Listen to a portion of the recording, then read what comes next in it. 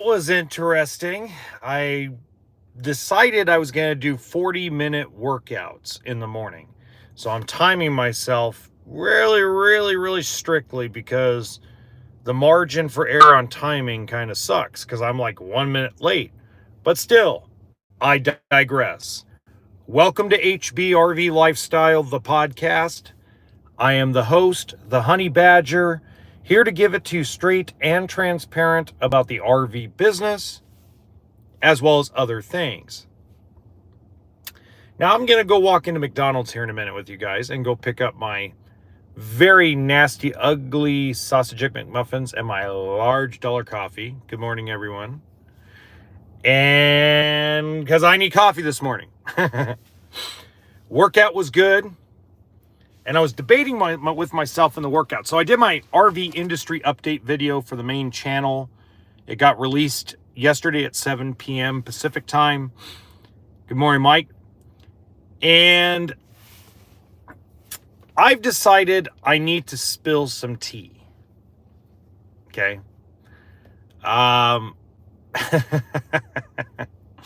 So I get a phone call a week ago. And apparently, no, there hasn't been any blowback yet. And I got a phone call, and it's from somebody I really trust. And they were telling me that their company was getting set to pay an RV YouTuber, a corporate RV dealership YouTuber, to go to the factory and create sunshine and rainbow videos about their product. I'm like, are you serious? And he goes, yeah, it's a pretty good chunk of change. I go, my first thought pattern was, this is a joke. I mean, I thought I was getting pranked. I was looking around waiting for Ashton Kutcher to come out and go, you're punked. Never came out.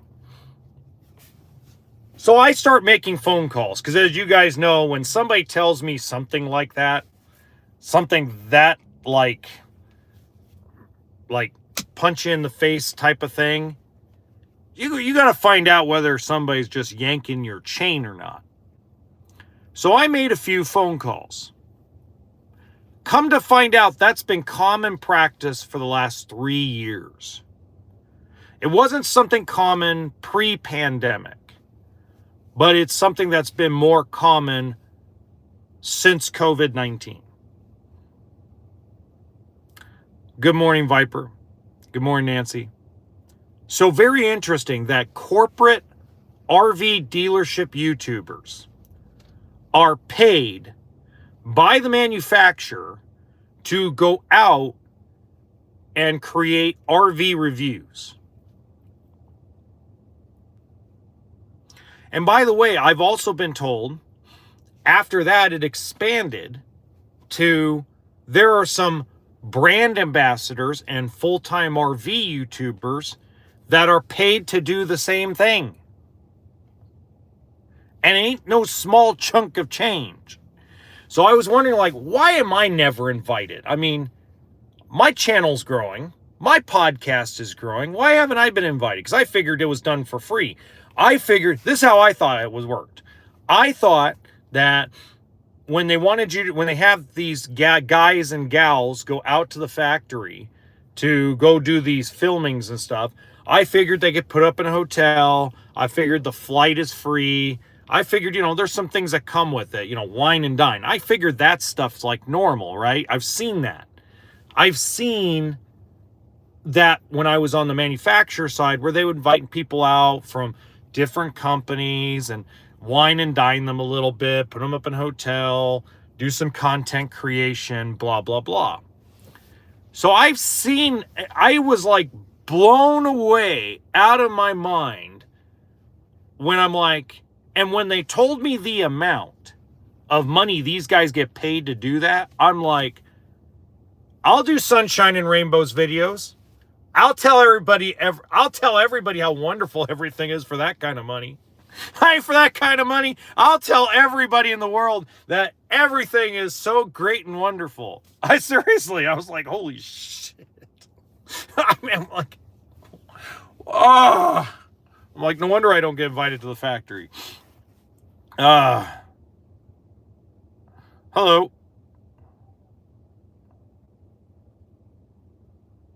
Yeah, but I figured it was just that positivity thing.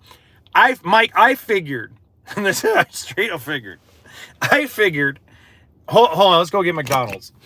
I figured that when they do those videos, two things happen. I figure number one, that because they work for a corporation that is either on the stock exchange or not on the stock exchange, maybe they got 20 stores, maybe they got 100 stores, whatever it may be, that their legal team makes them say all that crap. Like you have to have a script pass through and blah, blah, blah. So I'm like, if Camping World or anybody ever reached out to me, I'd tell them, hey, you know, there's some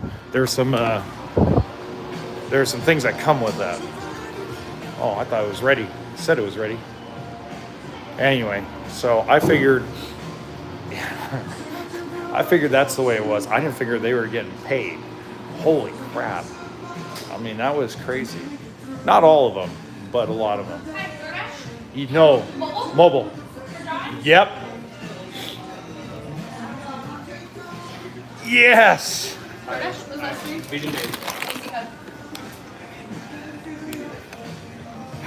McDonald's.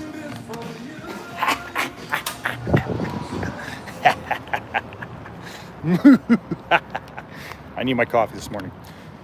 So that was some interesting tea. The other interesting tea that I kind of got to spill is the fact that the funding bill that's going to get worked on this year by Congress is going to go to FEMA.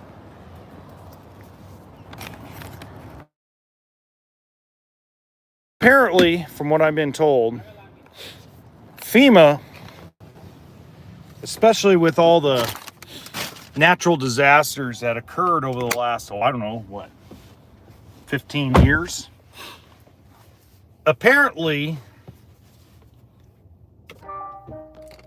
there is funding that's going to be set aside to buy travel trailers, destination trailers, park models, fifth wheels. There's going to be funding set aside by FEMA to do this. So it's very apparent that the bailout, the taxpayer bailout, is going to happen. So I'll give you an example, because some folks are confused about this. Let's say that a Sandstorm toy hauler gets repossessed. It's voluntary repossessed. It has to go through the auction and actually sell at a certain reserve amount for the bank to recover the majority of its money. And then what it does is it throws the consumer into collections and plays the game of trying to get their money back, which takes forever if they ever get it. And by the way, most of the time, when people voluntarily repossess stuff, the very last thing they do is bankruptcy. And when they hit bankruptcy, guess what happens? The bank doesn't get their money. So Bank of America, US Bank, all these guys know this. And they understand that the voluntary repossession rate is not going to go down unless something occurs very dramatically. So what does that mean? Well, that means that used RV prices are not going to crash. They will steadily come down like they always have. They're not going to spike in value. They're not going to dip in value. We already had the big dip last year in 2024. So where the used pricing is right now is where it's going to stay. The decline in values, the decline in pricing is going to stay at the same rate because there's not going to be that much used inventory from the banking side of things. So big government bailout coming out for the banks, and it's going to be so quiet. It's going to be done through FEMA. No one's going to even blink an eye. And realistically, I'm actually excited about it. And the reason why I'm excited about it is because if you look at some of these FEMA trailers, some of these California, Oregon, Washington emergency program trailers, they're getting old. They're getting disastrously just old. I was invited, I didn't do it, but I was invited to come out to an auction. I just didn't have the time. And the auction was a bunch of stuff from the state of California that they were selling, several travel trailers, trucks, etc. They were old stuff, very old. Like a lot of the trailers and trucks were like 15 years old. They looked good, but I was told that there's a smell to them because they've been around a long time. So I think it's really important that even though it is a bailout, even though dealerships are going to be pissed because they were looking forward to that used inventory coming through the auctions and trying to steal it,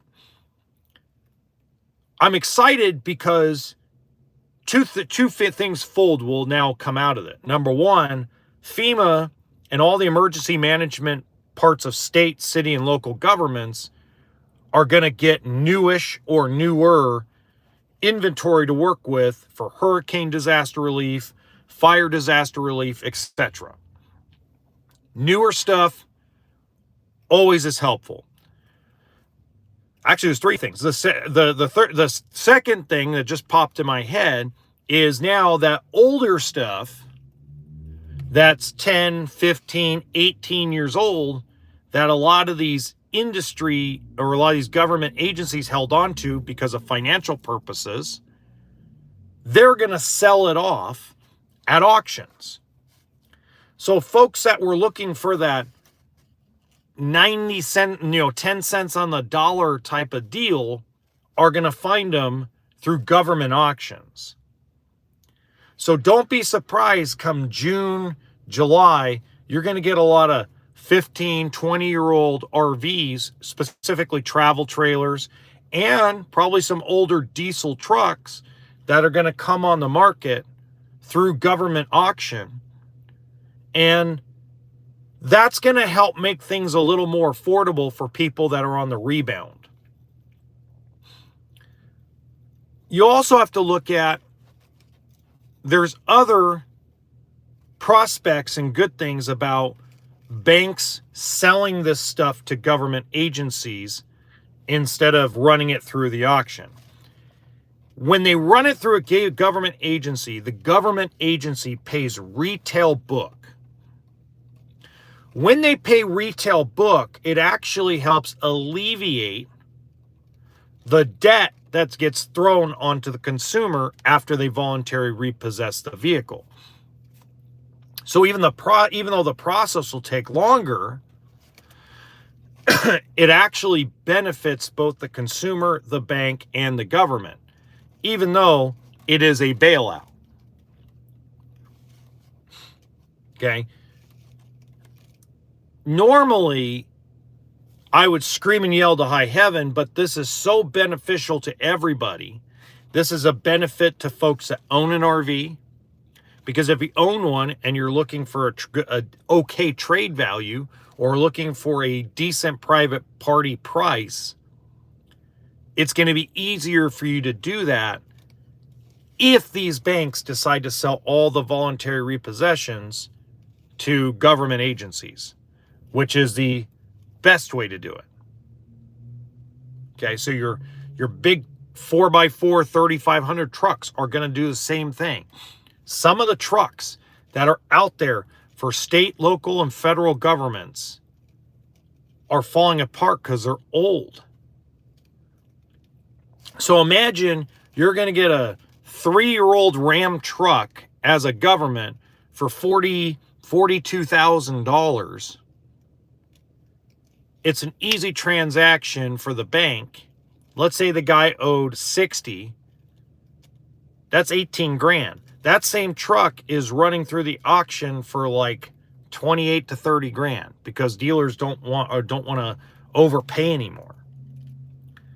So easy transaction, retail book, consumer isn't, well, they're still gonna feel screwed. They're still gonna file bankruptcy. But that's the reality of things. Excuse me while I eat my sausage egg McMuffin. This should be a McDonald's commercial. The honey badger has McDonald's for breakfast.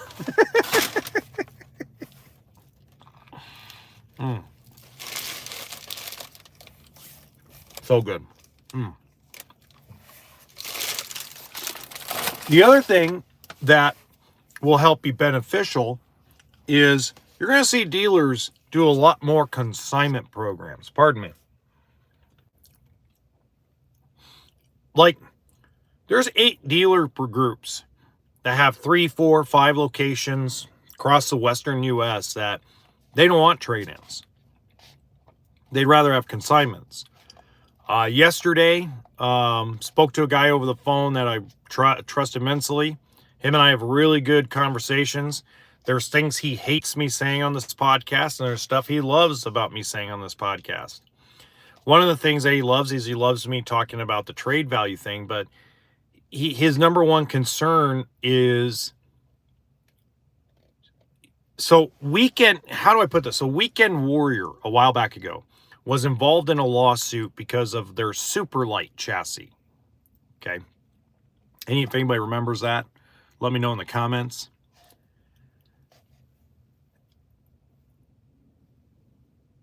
Giant RV, as an example, when I worked for them, they told me that they would never sell a super light Weekend Warrior. They ship those things to a wholesaler because the wholesaler, what they were doing with them was they were stripping them for parts because those units were involved in lawsuits.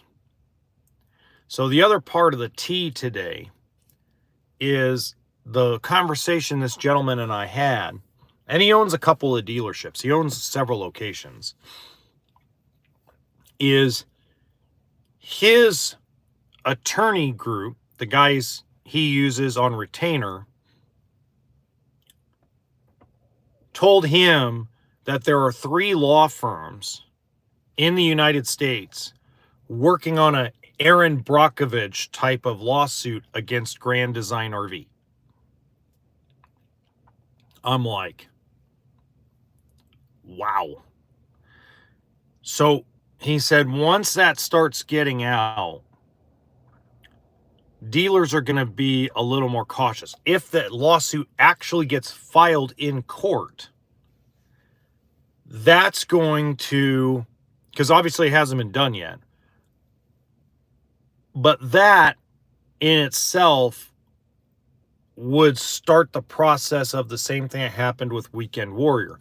I'm not going to say Grand Design's going to go out of business. I don't think so. I think Grand Design, my personal opinion is I think Grand Design RV will recover from all of this.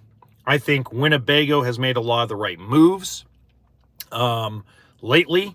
I wish they would publicly come out and tell us what the moves are instead of it being a whispered thing in the back of everybody's head.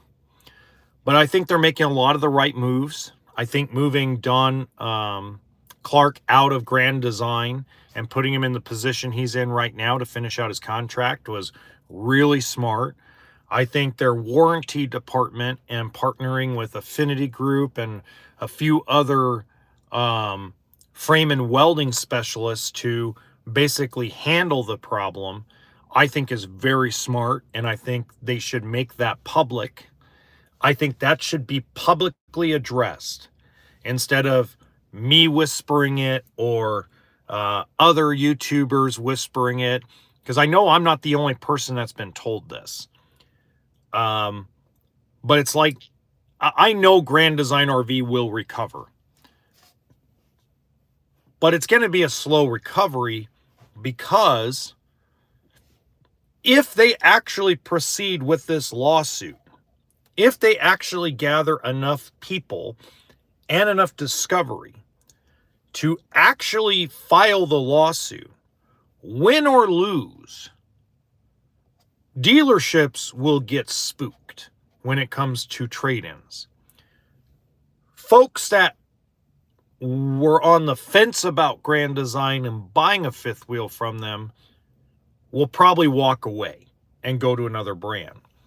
So they're not out of the woods, but I do know that they will recover. And I do know in the deep part of my soul that if they came out and see, the reason why they probably don't want to come out and say anything publicly or have anybody talk about it that has, a big ass platform is because it would probably encourage more people to run to these lawyers and start filing lawsuits. So I understand a little bit of it, but I believe you still need sales. You still need market share. You still need to recover your name amongst the RV community. Right now, if you look at it, Brinkley, even with all the problems they're having, they have a better name in the industry because even though they didn't sell yet, they're still taking care of the customer. The customers might be pissed because the quality they were sold is not the quality they received, but they didn't buy a bad coach either, right? Alliance RV has been gaining traction for the last 18 months. Northwood Manufacturing, which does Arctic Fox and Nash trailers and stuff, they have gained traction over the last 18 months. So the reality is Grand Design RV is falling behind, and they're in the middle of a double-edged sword that sucks, but they will recover. I would say with the right people in place, they're loyalists. They have a lot of people that'll be loyal to them no matter what. I believe they recover by 2028, 2029. I think you'll see Grand Design RV retake its market share right around that time. Okay. I'm gonna be interesting to see how many people show up in those red shirts that say "Build Better Frames." I want to see that because I know the Tampa Bay show is coming up real quickly. It's gonna be interesting to see that. Speaking of Brinkley, by the way, I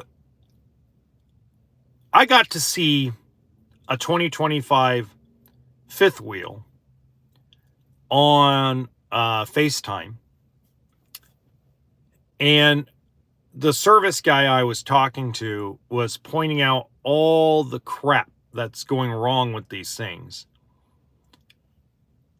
And and I understand. Look, service guys are frustrated beyond frustrated because anymore the quality has not been where it should be because, again, like I've talked about a lot on this podcast, I'm going to talk more in depth on Monday, is the less you build, the worse the quality is. If you overbuild, the quality's bad. If you underbuild, the quality's bad. There's that sweet spot where quality's really, really good, right? And nobody's at that sweet spot. Nobody, not even Mobile Suites, okay? But when I looked at it, I was looking at it, and he was pointing out all these things. I sat there and went, that's normal. I mean, that's the first thing in my head. Like, that's normal. That's normal. It just got from the factory. It just traveled 15 to 1800 miles. Rough weather, rough highways, rough roads. You can expect some things to kind of shake loose, even if it's Brinkley, right? I'm like, I just thought in my head, like, wow, this service guy's pissed about having to reattach trim and reattach a cabinet door and reattach plumbing. It's like, do you realize that thing traveled and it's an earthquake on wheels? So, because he was telling me he's going to release this video on YouTube about how crappy quality Brinkley is. And I'm like, and you guys know I'm a neutral, right? I'm not a big, everything's hell and everything's great, But I'm just thinking, like, I want to tell him, I told him in a very polite way, like, brother, you're going to look like an idiot to most of us if you release that video. Because what he's upset about and what he's complaining about when it comes to Brinkley fifth wheels is normal stuff on any other brand that happens when it comes down from the factory. None of them come perfect from the factory. None of them. Okay? Even the stuff that's showing up at the Tampa Bay show is flawed. That it has to be gone through. It has to be PDI'd. It has to go out for a camping trip with its new owner and go through all the drama of that. Brinkley is not a perfect unit. When they come out of the factory, they're built by human beings, or I should say they're assembled by human beings. So the reality is it's never going to be perfect. It doesn't make Brinkley a bad product. That's what a lot of people misunderstand. Just because trim is falling apart, you have to reattach cabinet door, you have to reattach plumbing, you have to redo something in an appliance, you have to redo any of that stuff. It doesn't make Brinkley a bad product. What it makes Brinkley is a normal product. It doesn't make it the greatest thing on earth, but it's far from the worst. Brinkley, in my opinion, is somewhere right above average. It's in between good product and average. I think it's very overpriced for what it is. But they do, the one thing that never really gets talked about, and I talked about it a couple times already this last year, what Brinkley does really well compared to everybody else, is when you walk inside a Brinkley fifth wheel, Brinkley travel trailer, you don't feel like there is any waste of space.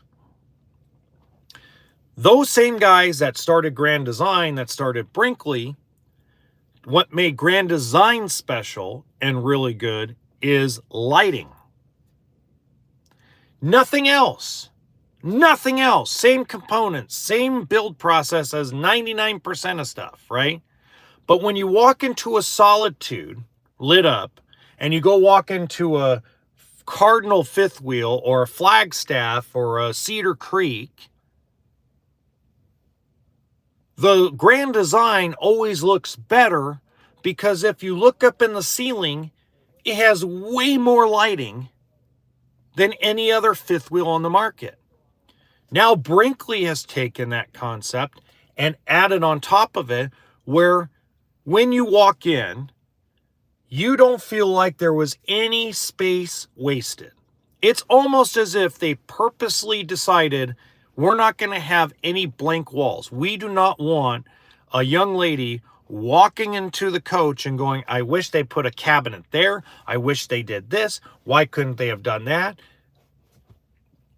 Now there's going to be other complaints, but the reality is they wanted to solve that objection, right? Interior design, exterior design changes with generations. When storage is a very big part of a full-time RVer's repertoire, you have to understand that storage and easy access to storage is the first thing on most spouses' minds.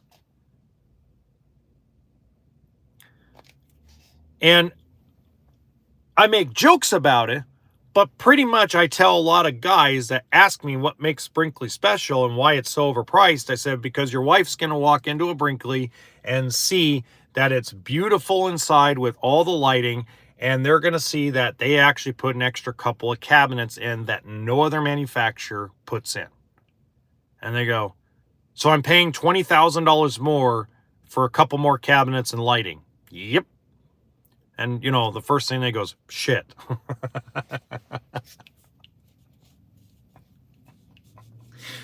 But I always tell them, like, don't just because, don't be cheap.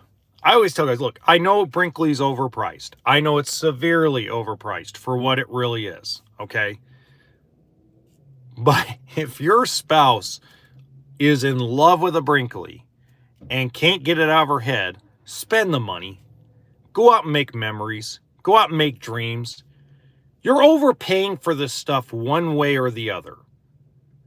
You're either going to overpay for a used coach and put money into it, or you're going to overpay for a new unit and put money into it. You're not buying this for financial security or financial investment. You're buying this stuff to go build memories and go have a good time, to build a lifestyle, to get out of the rat race. So when I talk about things, the main reason why I talk about things is because information is power for a lot of people. And not power of negotiation or power of, oh, now I know so much, now I can go rip somebody's head off. No, it's knowledge that this is what's going on in the industry. This is the transparency of the industry. But it doesn't mean don't go enjoy the lifestyle. You know, somebody called me, well, they didn't call me, they texted me,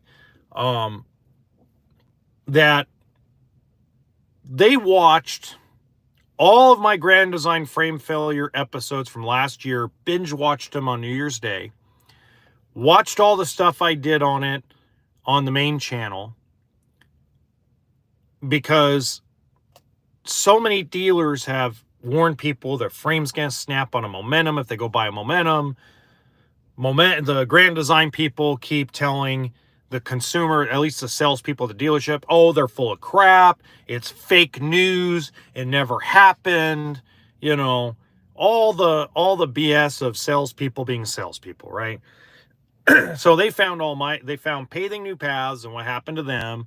Then they found, apparently I was suggested, and said they binge watched all my podcast episodes on it and all my videos on it on the main channel. And you know what they did yesterday? They still bought a momentum. So just because we talk about frame failure, frame flex, Grand Design, all the allegations, everything going on, when people are educated about what's going on, it doesn't mean they won't go buy the product. It means now that they've bought the momentum, they know what to look for. They know how to find if it's a problem. They know how, what they're going to have to deal with if something major goes wrong. But they also have the understanding that not every single Grand Design fifth wheel, not every Grand Design fifth wheel toy hauler, not all the frames are going to snap and break. Not all of them are going to have the flex or the failure. It still is a small percentage. Now, the percentage they want to throw out there is all bull crap, but it still is a small percentage compared to how many fifth wheels were actually built over the last, 10, 12 years. Okay, so when they throw out it's a small percentage, yeah, but the percentage they gave was bull crap. And that's why, that's where people start developing mistrust in products. People stop, and this goes for any product. This isn't just RVs. This is any product.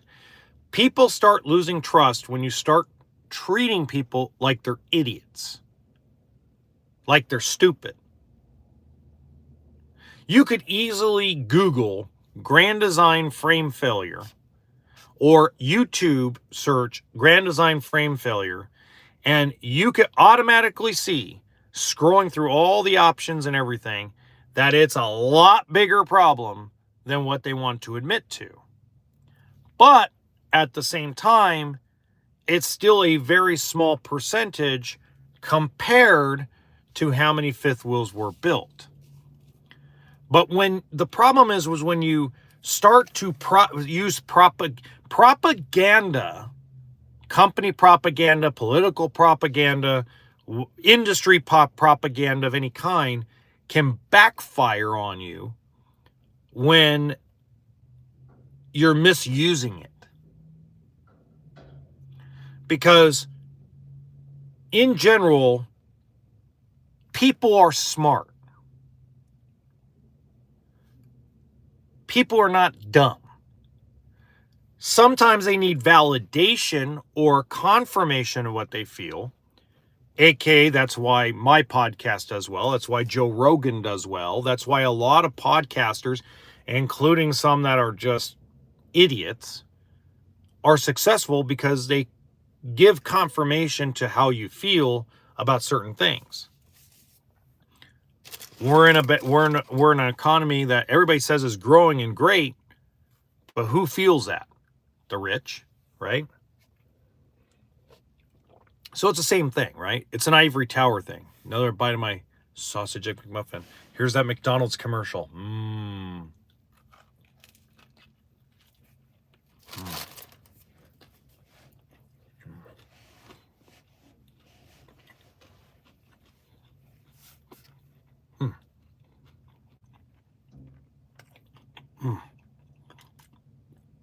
Sorry about that.